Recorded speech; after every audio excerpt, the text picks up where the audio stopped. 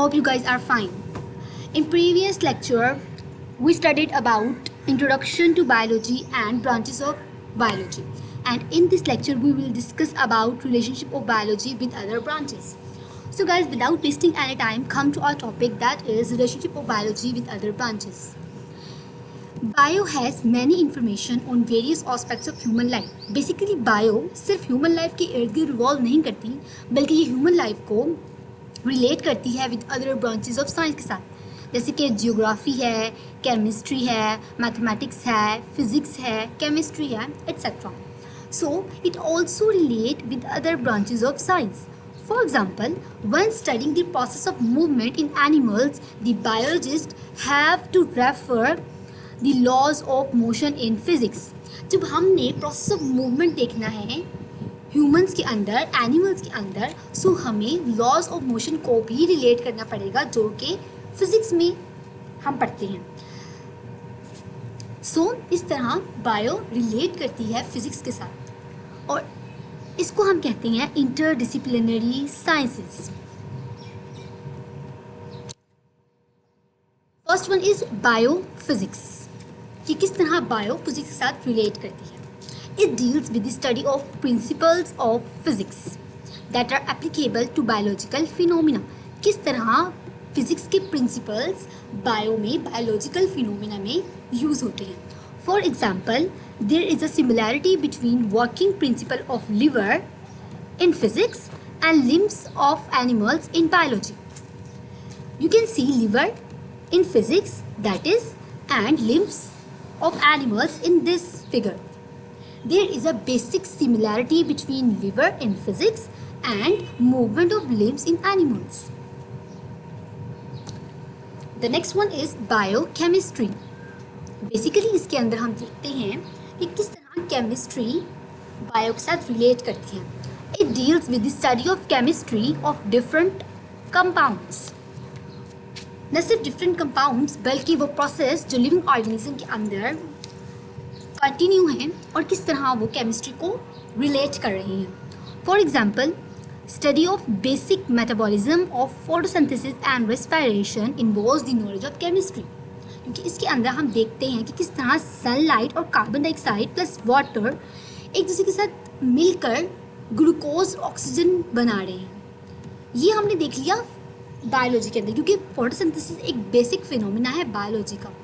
But जो compound इसके अंदर यूज़ हो रहे हैं, water, carbon dioxide, glucose, oxygen, ये सब हैं केमिस्ट्री के compound, chemical compounds. So it involves the knowledge of chemistry.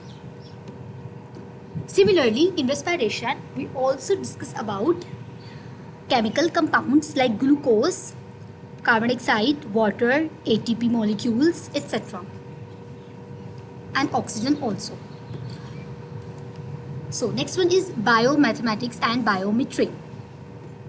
Deals with the study of biological process using mathematical techniques and tools. किस तरह हम biological phenomena या biological process के अंदर mathematical techniques and tools use कर रहे हैं. For example, to analyze the gather data after experimental work, biologists have to apply the rules of mathematics. You can study in this figure कि किस तरह से graph बनाया गया है by using mathematical technique. The next one is biogeography. Deals with the study of occurrence and distribution of different species on different geographical regions. It applies the knowledge of characteristics of particular geographical region. इसके अंदर हम basically bio और geography को relate करके पढ़ते हैं. किस तरह कोई बेसिक ऑर्गेनिज़म, बेसिक करैक्टर रखने वाला ऑर्गेनिज़म एक अलग और एक अलहदा रीजन में पाया जाता है यूनिवर्स के. तो ये नॉलेज जो है वो सारी बायो जियोग्राफी में हम पढ़ते हैं. जैसे कि हम इस फिगर में देख सकते हैं कि there are 3 types of camel, और ये तीनों टाइप के कैमल्स जो हैं इनकी स्पीशीज तो सेम है कैमल्स की, बट ये डिफरेंट जियोग्राफिकल रीजन में पाए जाते हैं. जैसे कि first one is dromedary camel जो कि अफ्रीका के रीजन में पाया जाता है.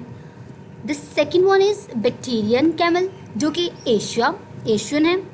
एंड थर्ड वन इज़ ललेमा जो कि साउथ अमेरिका में पाया जाता है. तो तो इस तरह हम डिफरेंट ऑर्गेनिज्म जो डिफरेंट जोग्राफिकल रीजन में पाए जाते हैं उनकी इंफॉर्मेशन को गैदर करते हैं और ये इन्वॉल्व होता है biogeography. Next one is bio economics, deals with the study of organism from economical point of view, कि कौन सा ऑर्गेनिज्म, कौन सी करेक्टरिस्टिक्स रखने वाला ऑर्गेनिज्म एक कंट्री के लिए या वर्ल्ड के लिए कितना प्रॉफिट रखता है या कितना लॉस रखता है, ये हमने देखना होता है बायो इकोनॉमिक में। For example cost value and profit value of the yield of wheat can be calculated by using bio economics rule. You can C in this graph, इस तरह से ग्राफ बनाया गया है by using bio economics rules. By using bio economics benefits and losses can be determined. Thank you guys. If you like my video, do like it and share it with your friends. And don't forget to subscribe my channel and press bell icon. If you have any query, do let me know in the comment section.